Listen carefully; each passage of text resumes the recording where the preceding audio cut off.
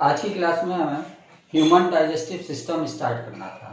हमने normal digestion पढ़ रखा था और बेसिकली न्यूट्रिशन के 5 स्टेप्स के बारे में डिटेल में पढ़ रखा था। न्यूट्रिशन के 5 स्टेप्स होते थे। इंजेशन ऑफ फूड, जिसमें फूड का इंटेक किया जाता था। दूसरा डाइजेशन ऑफ फूड, तीसरा एब्जॉर्प्शन ऑफ फूड, चौथा एसिमिलेशन ऑफ फूड और लास्ट वन होता था इजेशन ऑफ फूड। तो वही पांचों न्यूट्रिशन के स्टेप ह्यूमन में भी, कोई भी यूनिसेलुलर ऑर्गेनिज्म से लेके लार्जेस्ट मल्टीसेलुलर ऑर्गेनिज्म में न्यूट्रिशन के यही 5 स्टेप्स होते हैं। तो ह्यूमन के डाइजेशन में भी यही, डाइजेस्टिव सिस्टम में भी यही 5 न्यूट्रिशन के स्टेप्स होते हैं। हम अगर ह्यूमन के डाइजेस्टिव सिस्टम की बात करें तो ह्यूमन के डाइजेस्टिव सिस्टम में 2 पार्ट्स होते हैं। First part is alimentary canal, and second part of human digestive system is accessory glands जो डाइजेशन में हेल्प करती हैं। और एसेसरी ग्लैंड्स बेसिकली 3 तरह की होती हैं। First is liver, second is pancreas and third is salivary gland. ये 3 एसेसरी ग्लैंड्स होती हैं, लीवर, पैनक्रियाज और सिलाइवरी ग्लैंड्स। हमें एलिमेंट्री कैनाल से स्टार्ट करना है। First portion of human digestive system is alimentary canal. और इस एलिमेंट्री कैनाल का डिस्क्रिप्शन हम लोग देखेंगे न्यूट्रिशन के स्टेप्स के साथ साथ। एलिमेंट्री कैनाल बेसिकली माउथ से शुरू होता है। पहला पार्ट इसका माउथ होता है, दूसरा पार्ट बक्कल कैविटी, तीसरा पार्ट फेरिंक्स, चौथा पार्ट ओसोफेगस, पांचवा स्टमक, छठवां स्मॉल इंटेस्टाइन और सातवां लार्ज इंटेस्टाइन। ये 7 पार्ट होते हैं एलिमेंट्री कैनाल के। तो एलिमेंट्री कैनाल के फर्स्ट 7 पार्ट्स होते हैं। इसमें first part is mouth, second part is buccal cavity, third part is pharynx, fourth part is oesophagus, fifth part is stomach, sixth part is small intestine, seventh part is large intestine। तो alimentary canal को हम 7 part में divide करते हैं। Large intestine 7 part में divide करते हैं। अब न्यूट्रिशन के स्टेप्स के बेसिस पर हम एलिमेंट्री कैनाल्स के पार्ट को डिस्क्राइब करेंगे। तो न्यूट्रिशन का जो पहला स्टेप होता है ingestion of food. Ingestion of food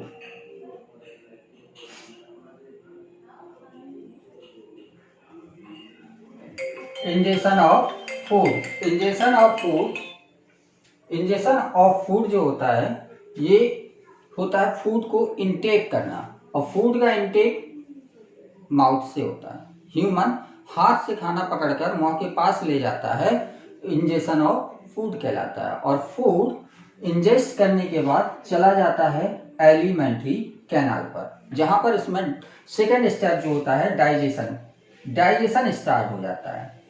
digestion इसका जो होता है ये बक्कल कैविटी से ही स्टार्ट हो जाता है। बक्कल कैविटी में सिलाइवरी ग्लैंड्स सिलाइवा को छोड़ते हैं। सिलाइवरी ग्लैंड्स का जो सिक्रीशन होता है इसको हम बोलते हैं सिलाइवा। तो सिलाइवा जो सिक्रीट होता है, सिलाइवा मिक्स हो जाता है इनटू बक्कल कैविटी। हम जब फूड को चबाते हैं तो फूड को चबाने के साथ साथ क्या करते हैं, टंग से फूड को घुमाते रहते हैं। तो टंग से फूड को इसलिए घुमाते रहते हैं ताकि फूड में सिलाइवा अच्छी तरह से मिक्स हो जाए। और इस सिलाइवा में 3 चीजें होती हैं, म्यूकस,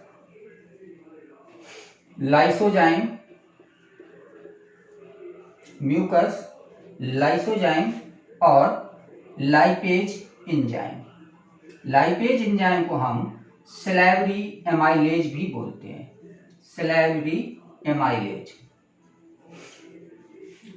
म्यूकस फूड को मोर वाटरी बनाता है थोड़ा सा लिक्विड टाइप में। जैसे हम पंजीरी खाते हैं एकदम सूखी होती है, लेकिन थोड़ी देर जब हम उसको मुंह में चलाते हैं तो वो कैसी हो जाती है, लुगदी की तरह हो जाती है। क्यों? म्यूकस के मिक्स हो जाने की वजह से। लाइसोजाइम जो होता है ये बैक्टीरिसाइडल होता है, जो फूड के साथ बैक्टीरिया जाते हैं अंदर उनको किल करता है। लाइसोजाइम बक्कल कैविटी के अलावा हमारे टीयर्स में भी प्रेजेंट होता है। तो लाइसोजाइम जहां भी प्रेजेंट होगा उसका काम होगा कि वो बैक्टीरिया को किल करेगा। लाइपेज ये एंजाइम होता है जो स्टार्च का डाइजेशन करता है। लाइपेज क्या करता है, स्टार्च को कन्वर्ट कर देता है इनटू माल्टोज। माल्टोज ये करता है लाइपेज एंजाइम, लाइपेज या सिलाइवी एमाइलेज। और इसी वजह से जब हम सूखी रोटी भी अगर थोड़ी देर तक चबाते रहते हैं तो हमें मीठी लगने लगती है। क्यों? थोड़ी देर चबाने के बाद सिलाइवा इसमें मिक्स होगा। सिलाइवा का लाइसोजाइम क्या करेगा, सिलाइवा का जो लाइपेज एंजाइम होगा ये क्या करेगा, स्टार्च को माल्टोज में कन्वर्ट कर देगा। सूखी रोटी में स्टार्च बहुत ज्यादा होता है और वो स्टार्च कन्वर्ट हो जाएगा इनटू माल्टोज, और ये माल्टोज मीठा होता है, इसलिए हमें थोड़ी देर रोटी चबाने के बाद मीठी लगने लगती है। तो this is digestion in buccal cavity. इसके बाद फूड जाता है फेरिंग्स में। फेरिंग्स में कोई डाइजेशन नहीं होता है, फेरिंग्स से केवल फूड का ट्रांसफर होता है। इसी प्रकार नेक्स्ट स्टेप जो होता है ऑसोफेगस। ऑसोफेगस में भी कोई डाइजेशन नहीं होता है। इनमें क्या होता है, पेरिस्टाल्सिस मूवमेंट होती रहती है। पेरिस्टाल्सिस मूवमेंट क्या होती है, इनमें जो फेरिंग्स है, ये फेरिंग्स एक ट्यूब है, इनमें सर्कुलर मसल इस तरह से होती है और लॉन्गिट्यूडनल मसल इस तरह से होती हैं। तो सर्कुलर मसल रेगुलर कॉन्ट्रैक्शन और रिलैक्सेशन करती है, इसी तरह से लॉन्गिट्यूडनल मसल कॉन्ट्रैक्शन और रिलैक्सेशन करती रहती है, जिसकी वजह से जो मूवमेंट जनरेट होता है ऑसोफेगस में, उस मूवमेंट को हम बोलते हैं पेरिस्टाल्सिस मूवमेंट। तो पेरिस्टाल्सिस मूवमेंट क्या हुआ, regular contraction and relaxation of circular and longitudinal muscles of pharynx alternatively. पहले सर्कुलर मसल कॉन्ट्रैक्ट करेगी, फिर लॉन्गिट्यूडनल मसल, जब तक सर्कुलर मसल रिलैक्स कर जाएगी, और जब सर्कुलर मसल कॉन्ट्रैक्ट करेगी तब लॉन्गिट्यूडनल मसल रिलैक्स कर जाएगी। तो इस तरह से रेगुलर कॉन्ट्रैक्शन एंड रिलैक्सेशन से क्या होगा, पेरिस्टाल्सिस मूवमेंट स्टार्ट हो जाएगी। इस पेरिस्टाल्सिस से क्या होगा, फूड स्टमक तक पहुंच जाएगा, और स्टमक में फूड काफी लंबे समय तक के लिए रुकता है। कम से कम 4 घंटे के आसपास फूड इसमें रुकता है, और 4 घंटे के तक रुकने के साथ साथ इस स्टमक से गैस्ट्रिक जूस सिक्रीट होता है। तो गैस्ट्रिक जूस जो स्टमक की म्यूकोसा से सिक्रीट हो रहा है, गैस्ट्रिक जूस, इस गैस्ट्रिक जूस में भी म्यूकस प्रेजेंट होता है। म्यूकस सिलाइवा वाला म्यूकस ही है, वही म्यूकस है जो सिलाइवा के साथ सिक्रीट हो रहा था, वही गैस्ट्रिक जूस में भी सिक्रीट होगा। इसके अलावा इसमें HCl सिक्रीट होता है, हाइड्रोक्लोरिक एसिड, और ये हाइड्रोक्लोरिक एसिड क्या करता है, ये मीडियम को, स्टमक के अंदर के मीडियम को एसिडिक बनाता है।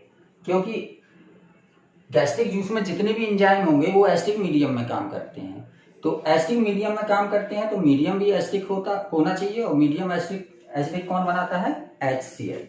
दूसरा काम होता है बैक्टीरिसाइडल होता है ये। लाइसोजाइम आपने यहाँ पढ़ा था सिलाइवा में, लाइसोजाइम बैक्टीरिया को किल करता था, बचे खुचे बैक्टीरिया HCl किल कर देगा, ये भी बैक्टीरिसाइडल होता है। थर्ड होता है ये हार्ड पार्ट को, फूड के साथ जो हार्ड पार्ट पहुंच जाते हैं, हार्ड पार्ट इनको सॉफ्ट कर देता है। ह्यूमन तो जनरली सॉफ्ट डाइट लेता है, लेकिन अदर जो एनिमल्स होते हैं जैसे छिपकली या इंसेक्ट को खा जाती है, इंसेक्ट की आउटर कवरिंग बहुत हार्ड होती है, तो इंसेक्ट का तो डाइजेशन हो ही नहीं पाएगा।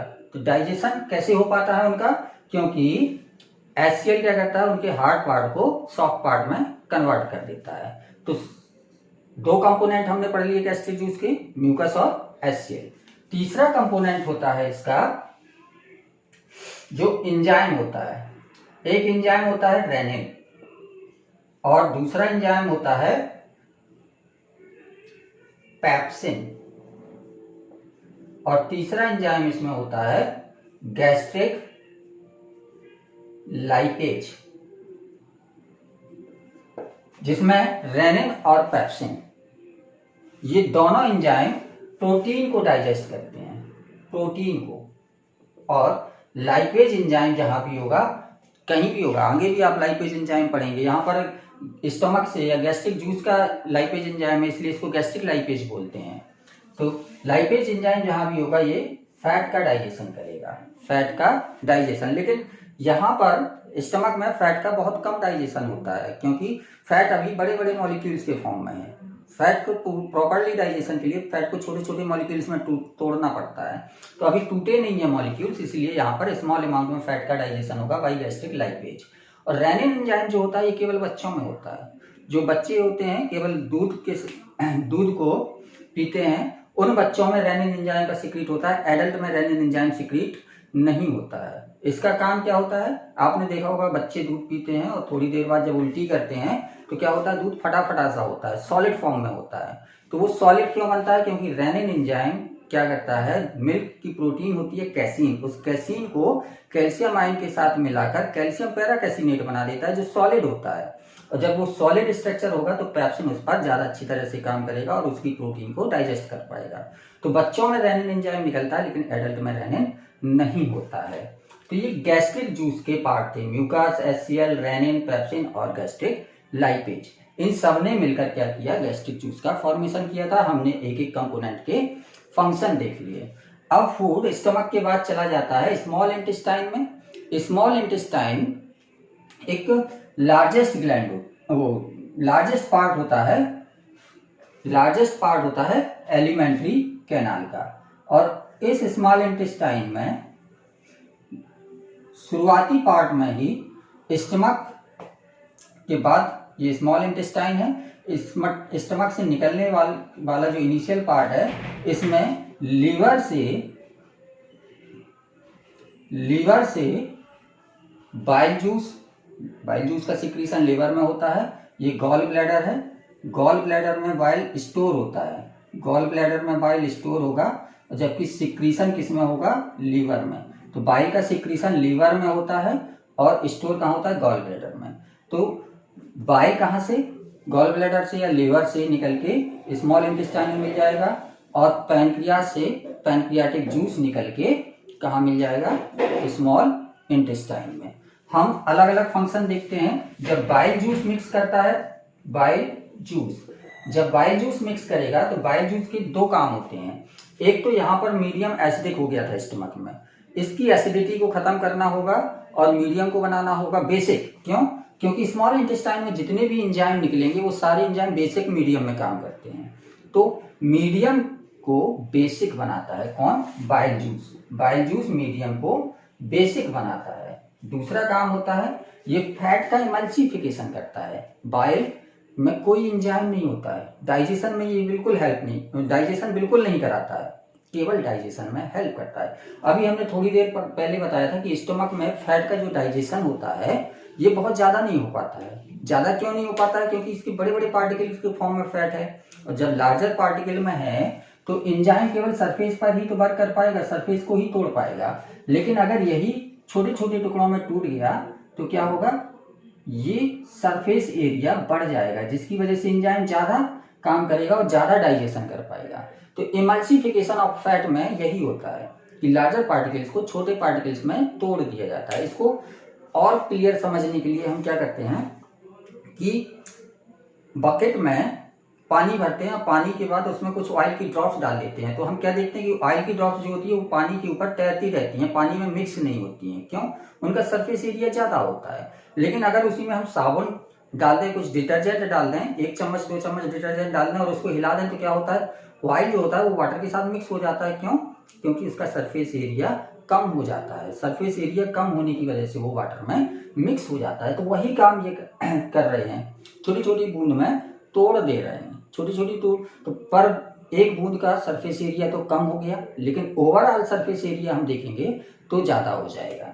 तो इस प्रोसेस को हम बोलते हैं इमल्सिफिकेशन।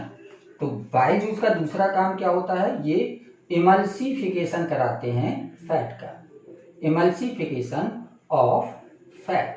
तो ये लाइन आप याद रखना कि बाइल जूस में कोई एंजाइम नहीं होता है, मतलब ये डाइजेशन नहीं कराता है। क्या करता है, केवल डाइजेशन में हेल्प करता है बाय इमल्सिफाइंग फैट।